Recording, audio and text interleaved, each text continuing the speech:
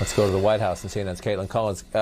Caitlin, a predictable pattern here. The president has again taken the bait. Dr. Fauci does that 60 Minutes interview last night. He is clearly critical of the president about the reckless event at the White House, the Supreme Court rollout, about the president getting coronavirus himself, right there about how the president somehow thinks masks are weak. And then the president, as he often does, responds to somebody he sees on television, calling Dr. Fauci a disaster and an idiot. Dr. Fauci has pretty high esteem with the American people. Yeah, he does. And let's remember also that the Trump campaign recently used Dr. Fauci in an ad because they know that he can appeal to voters because he does have such a high approval rating. But clearly, it didn't take long for the president to respond after that 60 Minutes interview. And so, to be clear to viewers, this is a call that the president was doing with campaign staff that's here at the headquarters in Washington and staff throughout the country. And unprompted, the president was supposed to be disputing reports that campaign staff internally and privately believe that the chances of him being reelected are slim. But then unprompted, the president goes after Dr. Fauci because he was talking about these big rallies that he's been having. And he says that he believes people are getting tired of coronavirus. And we're working on the audio, but right now I'm just going to read you the quote from the president where he said, "People are saying whatever, just leave us alone. They're tired of it. People are tired of hearing Fauci and all these idiots." He then goes on to say, somewhat sarcastically, "Fauci is a nice guy. He's been here for 500 years. He also claimed Fauci is a disaster and that if I listened to him, we'd have 500,000 deaths,"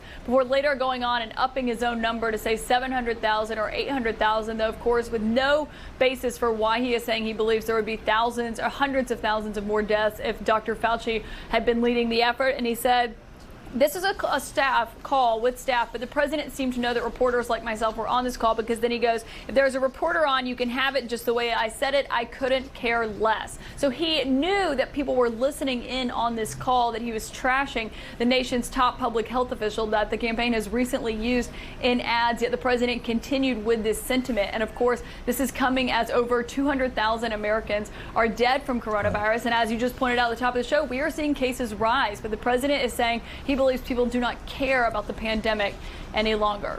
Right. Cases are rising. The president does have a campaign to run. Nobody begrudges him that. And it's 15 days away is Election Day, although a lot of people have already voted and are voting as we have this conversation right now. But he's calling Dr. Fauci an idiot. He's saying that Dr. Fauci is a disaster at a time we are running up all these new cases, and at a time the radiologist he now listens to most of all in coronavirus put out a tweet over the weekend saying masks, no.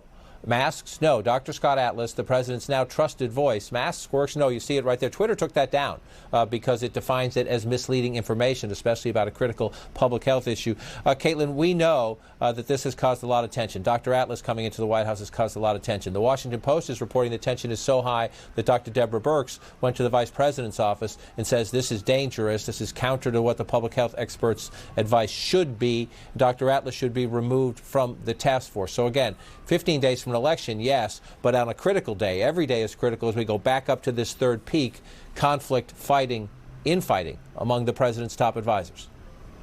Yeah, and there's also, really been this disintegration of the task force where they're not meeting that often, though the press secretary claimed just a few days ago they're meeting every single day. We've heard from other people like Dr. Fauci who have said in interviews they're only averaging about one meeting a week now because the vice president is obviously on the road a lot, campaigning as well as the president. And so they had a meeting on Friday. I believe they have another meeting tomorrow. But what's really the story here is there are these serious divisions among those members of the task force. And Dr. Scott Atlas is a big reason for that because many of the doctors have been frustrated by what he's telling the president because they believe it runs contrary to what their data and their science shows. Dr. Atlas has brushed this off as saying, well, it's just discussions that we're having, and if there's no pushback, then it's not a very good discussion.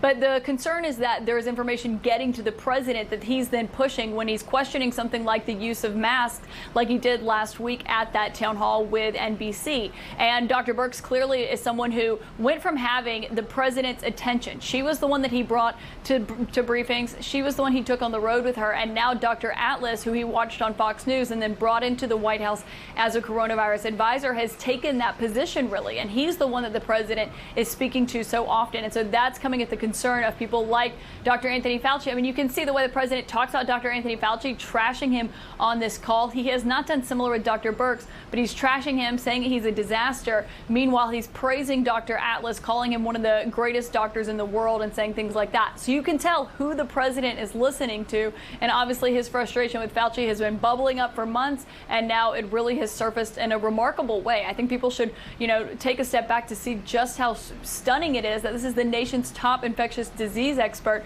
and the president is openly going after him on a call meant to, bolster campaign staff 2 weeks before the election, and instead it turned to a trash talking session on Fauci. Right, and he says he'll run the country like he ran his business. Well, his campaign right now is spending millions of dollars to promote Dr. Fauci in an ad on television, saying something Dr. Fauci says is taken out of context, but still, you're spending millions of dollars to put Dr. Fauci out there, and then the person who's running that campaign calls him an idiot and a disaster. Brilliant. That's just how they teach it in business school. Caitlin Collins live at the White House.